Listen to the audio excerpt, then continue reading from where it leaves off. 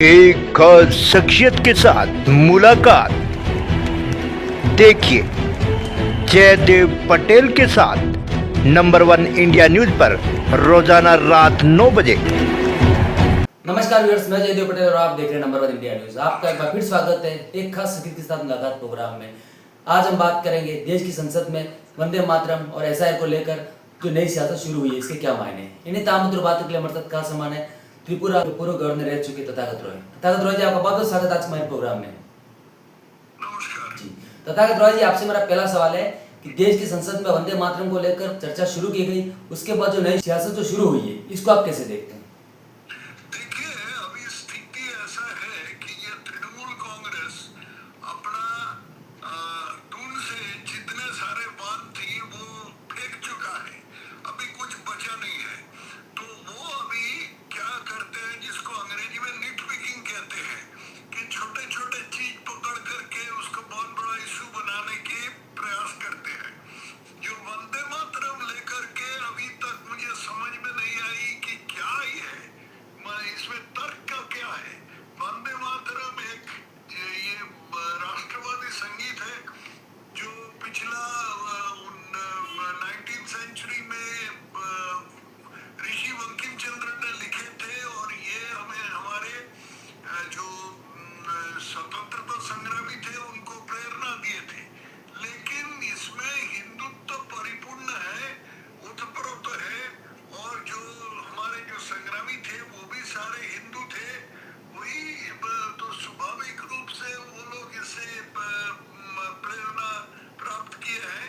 ये स्थिति है, इसमें तो क्या तर्क है मुझे अब तक समझ में नहीं आई। जी तथागत रॉय जी, अगर हम बात करते हैं तो वंदे मातरम को लेकर के उसे मजहब के चश्मे से देखना कितना सही आप मानते हैं?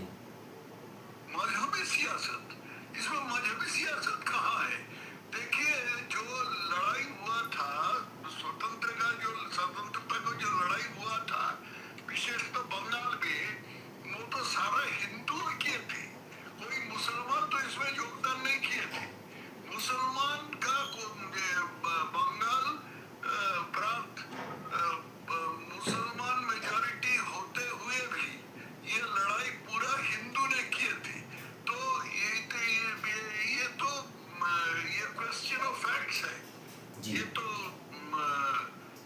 तो फैक्ट्स है। इसमें सियासत का झगड़ा का मुझे समझ में नहीं आता क्या क्या झगड़ा पैदा होता है। जी तथागत रॉय जी, आज संसद में एसआईआर को लेकर के इलेक्शन कमीशन पर लगातार सवाल खड़े किए गए राहुल गांधी की तरफ से, इसको आप कैसे देखते हैं? राहुल गांधी कभी कुछ कहते हैं, कभी कुछ कहते हैं, कभी वोट चोरी कहते हैं, उसके बाद साउथ अमेरिका चले जाते, जाकर के विदेश में जाकर भारतीय नेताओं के परंपरा को गाली देते हैं। मैं उसकी बात सीरियसली मैं नहीं लेता हूँ। उसमें कोई नेता होने का कोई ये नहीं है। और इतना मैं कहूँगा कि कांग्रेस तो ऐसे राष्ट्रीय दल है, वो सारे भारत में छाए हुए हैं, लेकिन जब तक उनके नेतृत्व में राहुल गांधी जैसा आदमी रहेगा तब तक कांग्रेस का कोई देश में कोई आगे बढ़ने का कोई संभावना नहीं है। जी तथागत रॉय जी, स्पेशल इंटेंसिव रिवीजन जो इलेक्शन कमीशन द्वारा चलाया जा रहा है, ये क्या आपको लगता है जो घुसपैठिए हैं उसको बाहर निकालने का और चुनाव को निष्पक्ष बनाने का एक तरीका है, या फिर सिर्फ और सिर्फ क्रांति का एजेंडा है?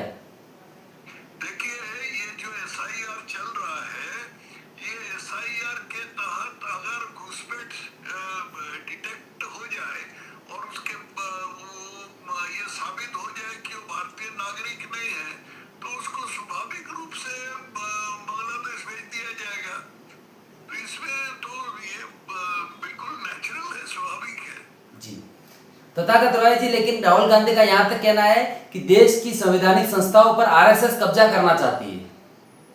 देखिए, आरएसएस एक राष्ट्रवादी संगठन है, लेकिन आरएसएस कोई राजनीतिक संगठन नहीं है।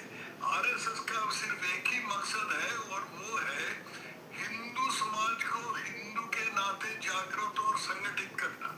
इसके मतलब समझना चाहिए। हिंदू समाज को हिंदू के नाते, मतलब बंगाली के नाते नहीं, बिहारी के नाते नहीं, उड़िया के नाते नहीं, हिंदू के नाते, ब्राह्मण के नाते